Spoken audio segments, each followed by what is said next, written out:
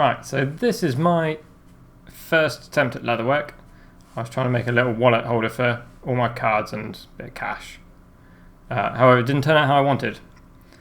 One of the things I would have changed was the punches. The ones on the left were too rounded.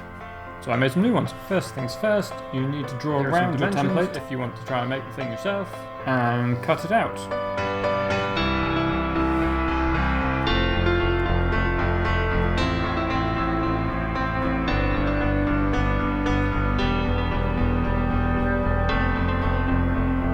If I've changed anything, I would have cut around something for the corners. They didn't quite turn out even.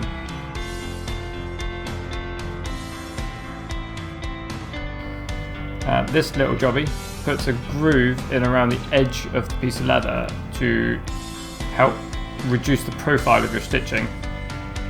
These weird little tentacle things. For carving, you need to make sure that the leather's not really wet, but a little bit wet. So you wet it, you leave it a little while, and then you can do carving. This is my template. I just kind of drew this freehand, fold it into four, cut it out so it was all symmetrical. Drew it onto some baking paper, and then you lay it on top of the damp leather, and you push in. I'm using a bone folder, and it just leaves a groove in the leather so you know where to go through with a swivel knife. One note, however, is to make sure you put the template the right way up, otherwise you'll transfer ink or pencil onto the leather as well.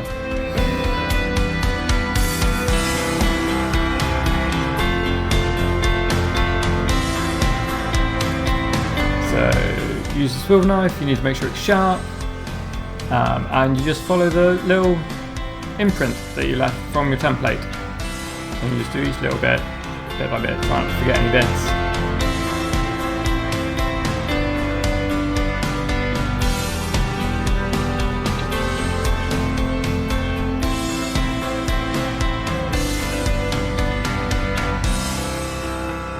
I always end up going back and doing the little corners where you cut up, the edge you cut up to.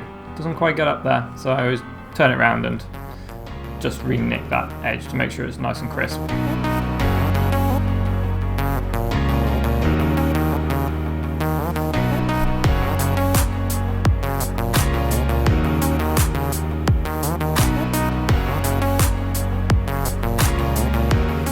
Right, so now with the new punches with the nice sharp edge, I'm going to go around and go around all of the edges basically, and get my imprint carved in. Only one side on this is really sharp. The others are slightly rounded, but they could have been rounded slightly more. But you only notice it if you look really very closely.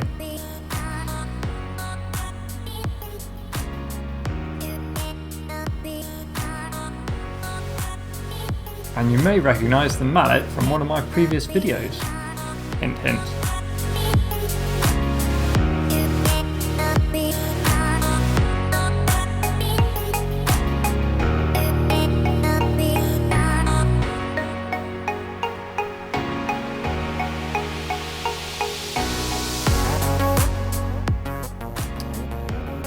This little tool just trims the corner off the leather. I can't remember what it's called, but it puts a little bevel on, and also it neatens up any irregularities that you had when you were doing cutting. So like where the corners were, I did lots of little straight edges, and it just takes all of those out and smooths it out really nicely. I also did the inside of this edge because that's where you're going to put cards and fingers and things in it. This is the die. I use 5-ings, everyone uses it, it seems. Not sure why I only put one glove on. Really good at dyeing your skin apparently. So one of the many mistakes I made on the first attempt was I didn't glue the two pieces of leather together first, and when I did the stitching it went a little bit lumpy and it just doesn't feel quite as strong as I would like it. So I'm using some of this contact adhesive with this unique spreader, and you just spread it all the way around. You need to make sure that you don't put so much glue on that you can't get the cards in afterwards. It was a very close call thing.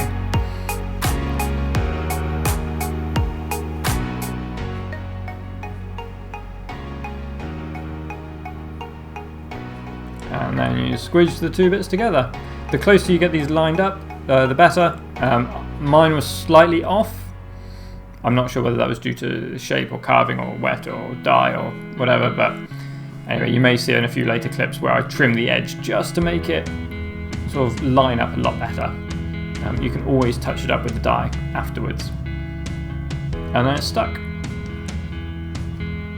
Here we're using the thing to make all the holes nice and even. Ideally you should have a piece of leather under this, but I didn't have a spare piece at the time. But the wooden board's sacrificial anyway. Use the small one to go around the corners, and the big one to do really straight lines.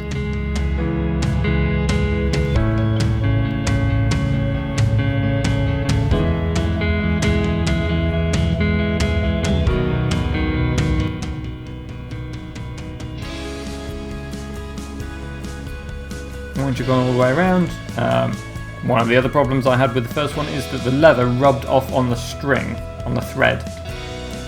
And so after punching all the holes and doing all the sort of touching up bits, I used some of the leather sealer and then left it till the sealer was dry, which meant that I shouldn't get any on the thread. For the length of thread, I used 3 times the length. It was only just enough of the length of stitching. And because it's a plastic thread, you can seal the end so it doesn't fray when you're doing this. You need to tie a half knot, and to hide the knot you push it through the first half, through one half of the leather, with the knot going to be on the inside. And then you go up and down every hole, so you go up, down one way, get to the end, and then go back the other way, and you'll fill in all the pieces of string, all the gaps, and you'll have a continuous strip of colour. And then at the end you do a little loop and you pull the half knot inside in between the 2 pieces of leather, like that, trim the excess off and switch the edges back together, and it's all good. This is the glue for the gilding. You put it on really delicately, very small amount. It's surprising how little you need. I think I'd use like 2 brush worths for all of this. That for this bit. And then you let that dry. It goes clear when it's dry, and you do this really delicately. It's tricky with rough fingers. And you squidge it all down, just gently tapping it, rubbing your finger along it. You want to be really careful with this stuff around electronics. You don't want to get bits of it in your keyboard or your monitor or your mouse. You may short it out, it is conductive. This is the silver bit I was going to do. And again, it's just a big bit, repeat of the same one. You remove the bigger bits with your fingers, and then I use a brush to get the really fine pieces off. And then at the very end I use a really stiff paintbrush. It gets little flecks off, but it also puts a little bit of surface texture onto the gilding. Makes it a bit more uniform. And then at the end of it, you want to put this lacquer on as soon as you can, because it's so delicate. You can see with the first one, I didn't, and I wore bits of it away just by moving around my hands and looking at it. And so this one, the stitching's better, the pattern's better. Still like second project, so my accuracy could do with improving, but it's better than the first one. If you like the video, please like and subscribe. It's very much appreciated. I am trying to grow this channel so I can do bigger and more interesting things. Hope to see you next time.